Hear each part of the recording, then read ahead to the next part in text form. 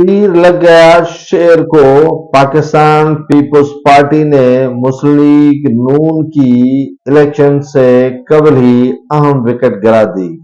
مرحوم خدا داد ملک کے بیٹے سرگودا سے تعلق رکھنے والے پی پی 76 کے مسلم لیگ نون کے امیدوار نے پاکستان پیپلز پارٹی میں شمولیت اختیار کر دی۔ ملک محمد یار خان نے پاکستان مسلم لیگ نون سے پرانی رفاقت توڑ کر بالآخر جوائن کر لیا پاکستان پیپلز پارٹی کو۔